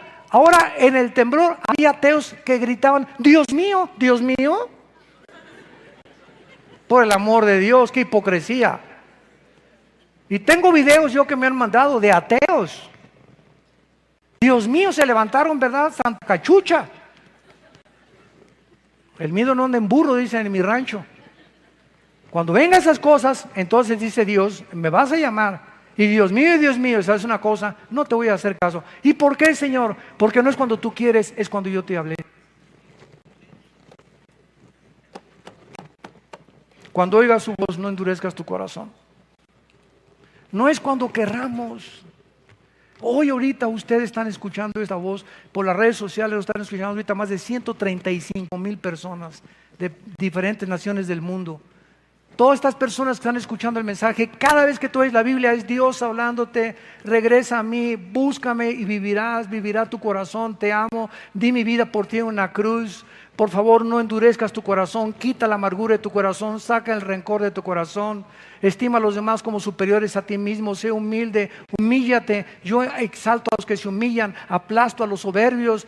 Habla y habla y habla a Dios para formar carácter en nosotros, pero llega el momento en que tú resistes, hasta que llega el momento que dice Dios, ya no puedo seguir contigo, no te puedo forzar. Y entonces cuando venga algo grave en tu vida yo sé que me vas a buscar y me vas a clavar, porque así es la naturaleza humana. Pero sabes una cosa, no voy a responderte, porque te cruzaste la línea y ya no puedo yo tratar con tu vida, porque no es cuando tú quieres, es cuando yo te estoy llamando. Hoy es el día de tu salvación. Y finalmente, vemos nosotros en segundo lugar, que entonces todos seríamos coronados. Si todos somos vencedores, pues todos seríamos coronados. Y la Biblia nos habla claramente, ¿verdad?, que si somos todos vencedores, todos seremos recompensados, lo cual no es bíblico. Ya lo vimos, que se quemen las obras de los que construyeron sobre materiales flamables como la madera y la hojarasca, no recibirán recompensa, aunque serán salvos. Que muchos llegarán al final, pero no van a ser vencedores, porque murieron en pecado, murieron completamente alejados de la comunión con Dios. Dice en 2 Corintios 5:10 que cada quien recibirá lo que hicimos mientras estábamos en el cuerpo. Las buenas obras cuentan, un vaso de agua que demos, cuenta mientras lo hagamos para la gloria de Cristo. No para limpiar nuestra conciencia, no por motivos equivocados, no por la culpa que traemos del pecado, pues voy a hacer algo por Dios para que se fije Dios. Y avísele a Dios que di tanto al dinero y que vendí mi casa y di mi dinero a la casa, a la iglesia, ¿verdad? Pero no tienes una relación con Dios, no te va a ser tomado en cuenta. Entonces es la motivación lo que Cristo quiere nosotros que podamos entender. Y finalmente, si todos somos vencedores, no habría posibilidad de fracasar. No habría posibilidad de fracasar espiritualmente. Sin embargo, el Nuevo Testamento nos presenta otra realidad muy diferente, que muchos cristianos pueden pecar, escúchenme muy bien, y cometer el pecado de muerte.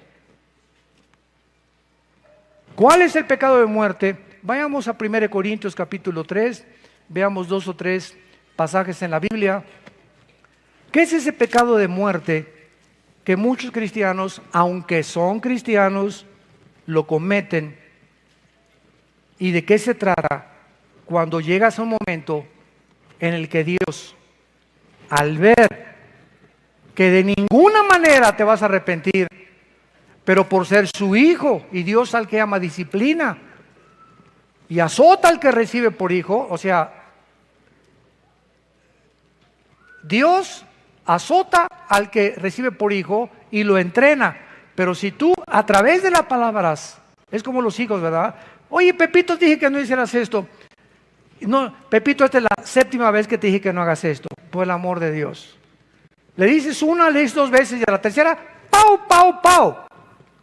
¿Por qué? Porque tú tienes que entender que a la voz de no es no. Y comienzas a arrancar de la naturaleza resistente con la cual nacimos contra la autoridad, que no hay autoridad más que en tu casa y a los papás. Y entonces arrancamos de los niños. Dice la Biblia que el que detiene el castigo a su hijo aborrece.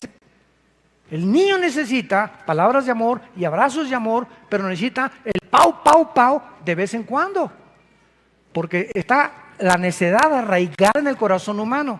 Entonces el pecado de muerte es el pecado cuando Dios ve que uno de sus hijos o una de sus hijas ya no tiene ninguna o posibilidad de poder arrepentirse. Entonces Dios, escúchame esto, el pecado de muerte es que Dios te lleva a casa antes de tiempo. Sobreviene la muerte a tu vida antes de acabar tu misión. Prefiere Dios sacarte del mundo que sigas embarrándote más y más en tu vida de pecado. Y por su misericordia y por ser su hijo y por ser su hija, te lleva de este mundo.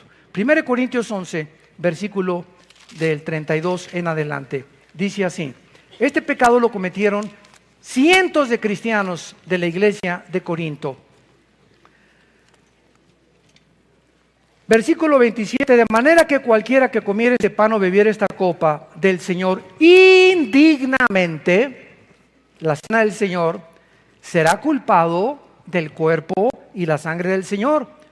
Por tanto, se pruébese cada uno a sí mismo y coma del pan y bebe de la copa, porque el que come y bebe indignamente, subráyalo, sin discernir el cuerpo del Señor, juicio come y bebe para sí, por lo cual hay muchos enfermos y debilitados entre vosotros y muchos duermen. En la iglesia de Corinto, cuando era la cena del Señor, el Espíritu Santo le dice a Pablo: diles a los cristianos que cuando celebremos la cena del Señor, y es el sacrificio que estamos recordando de Jesús, no estamos recibiendo a Cristo, estamos recordando su venida y su muerte y resurrección, que en ese momento no te atrevas a comer ese pan ni a beber esa copita de vino o de jugo o de lo que sea, sin haberte arrepentido de algo en tu vida. No lo hagas, mejor no te la tomes. Es el momento más solemne delante de Dios, la cena del Señor. En ese momento es la oportunidad del Señor: perdóname, hoy le puse el ojo de cotorra a mi esposa en la mañana, perdóname, les grité a mis papás, me salí sin lavar los trastes, soy una berrinchuda, anoche me permití que mi novia me pusiera sus manotas en mi cuerpo, cosa que yo no debo jamás ya volver a permitir, bla, bla, bla. Es el momento en que nos pongamos en serio con Dios. Y si no lo hacemos, estamos precipitando un juicio sobre nuestra vida. Entonces muchos corintios murieron antes de llegar a la meta, antes de llegar al final. No terminaron la carrera, no perseveraron en la fe, nunca guardaron la vida eterna. Se los llevó Dios a casa antes de tiempo por haber muerto y haberse burlado de Dios del pecado no confesado. Veamos más pasajes en 1 Juan capítulo 5 para que tengamos mucho más apoyo sobre esta doctrina del pecado de muerte. Es la muerte física, no es la muerte espiritual, porque la salvación no se puede perder. Dice en 1 Juan capítulo 5 versículo 16: si alguno viere a quién, no está diciendo a un incrédulo ni a un pagano, está hablando a los cristianos. Si tú ves a una persona que es cristiana cometer pecado que no sea de muerte, pedirá a Dios y Dios le dará vida. Esto es para los que cometen pecado que no sea de muerte. Hay pecado de muerte por el cual yo no digo que se pida. La pregunta es la que sigue: ¿cómo saber cuando un hermano o cuando una hermana ha cometido el pecado de muerte? ¿Y cómo poder saber que Dios lo va a perdonar? Es muy fácil la respuesta. Por ejemplo, yo he orado muchas veces por muchas personas en mi vida, a quienes amo, ¿verdad? Y no sé, creía que eran cristianas. Y llega el momento en que cuando yo estoy orando, ya de ahí en adelante, ya no vienen a mi mente. Desaparecen de mi mente esas personas y de repente digo, hijo, tengo 2 o 3 meses que ya no oro por esa persona. Y eso es un indicio, cuando el Espíritu Santo me quita de la mente o del corazón, no orar por alguien, que Dios está tratando de otra manera con esa persona. Y tal vez esa persona ha cometido un pecado en el cual Dios, aunque yo pida por esa persona, no lo va a perdonar. Es el pecado de muerte. Y veamos otra en el libro de Santiago, capítulo 5, ahí antes de Juan, para que no se vayan a Génesis. En Santiago encontramos también este pecado, y vean ustedes qué maravilloso es precisamente el exhortarnos unos a otros. Dice en Santiago, capítulo 5, versículo 19, hermanos, otra vez la exhortación es a los hermanos. Si alguno de ustedes, si tu compadre se ha extraviado y lo encontraste anoche con la de tequila hasta las 3 de la mañana, o si alguno de ustedes sabe que la muchacha anda en fornicación y se dice cristiano, en fin, hay muchas maneras de extraviarse. Si alguno de ustedes se ha extraviado de la verdad y alguno le hace volver, sepa que el que haga volver al pecador del error de su camino, salvará de muerte un alma y cubrirá multitud de pecados. Este salvará de la muerte un alma es la muerte física. Por eso en Hebreos 3 dice, no dejen de exhortarse unos a otros. Si tú ves algo en tu hermano, no digas, es que esto es chisme. No, no es chisme. Es algo de vida o muerte. Oye, Pancho, no te quiero condenar y voy a decir a nadie. Anoche ya sé que tú andas en adulterio, sé que estás borracho, sé que estás haciendo estas cosas. Oye, hermano, por favor, reacciona, vamos a orar. Y si tú logras que esa persona, ese hermano, esa hermana en Cristo está mal, tú logras que regrese a Cristo, no te imaginas cuántos pecados te va a perdonar Dios a ti. Increíble. ¿Por qué? Por tu pasión por las almas. Entonces no pasemos desapercibidos en esta vida viéndonos como si nada. No, pues ya a mí no me importa que se vaya al infierno. No, tenemos que tener pasión por las almas y más que nada por los hermanos en la fe, para que podamos nosotros morir con paz y saber que nos está esperando la corona de vida. Te damos gracias, Señor, por tu palabra en esta tarde. Te damos gracias, Señor, porque anhelamos terminar la carrera, guardar la fe hasta el final y que no haya nada ni nadie que pueda abortar el maravilloso plan que tú tienes para cada uno de tus hijos y de tus hijas. Que no perdamos nuestro galardón, que mantengamos la misma solicitud hasta el fin, para plena certeza de la esperanza, sabiendo que eres un Dios que estás guardando todo, absolutamente todas nuestras obras, como se lo dijiste a las iglesias del Apocalipsis. A cada iglesia le dijiste, yo conozco tus obras. Tú sabes lo que pensamos, lo que decimos desde que nos levantamos hasta que nos acostamos. Aún no está la palabra en nuestra boca cuando he aquí tú la sabes toda. Tú conoces las intenciones y los pensamientos del corazón humano. Solo tú conoces la razón por la cual hacemos lo que hacemos y la motivación que nos mueve a servirte, no buscando nunca nuestra gloria, sino la gloria de tu Hijo Jesucristo. Oh Dios, tu palabra nos dice, examínense si están en la fe. Examina tu corazón. Hoy puede ser el último día que Dios te habló. Ven a la cruz y la sangre de Cristo nos limpia de toda maldad. Bendita sangre del Cordero, que no importa lo que hagamos, su sangre está tan fresca como hace 2000 años para poder reconciliarnos y volver otra vez a la comunión con Dios.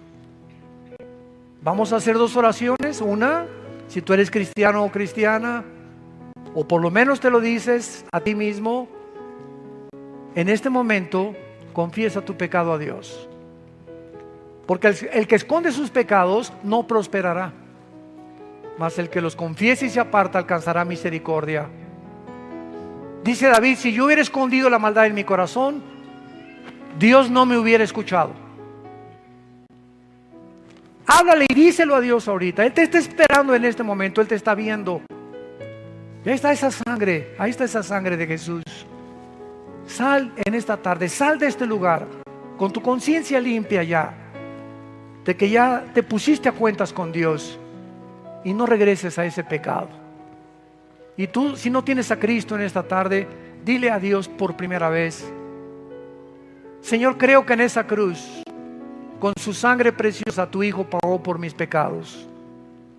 Confieso y me arrepiento de mis pecados y te pido, Jesús, porque creo que a los 3 días te levantaste de la tumba, que entres a mi corazón como mi Señor y Salvador. Te recibo por la fe y te doy las gracias en el nombre de Jesús. Amén. Gracias a Dios por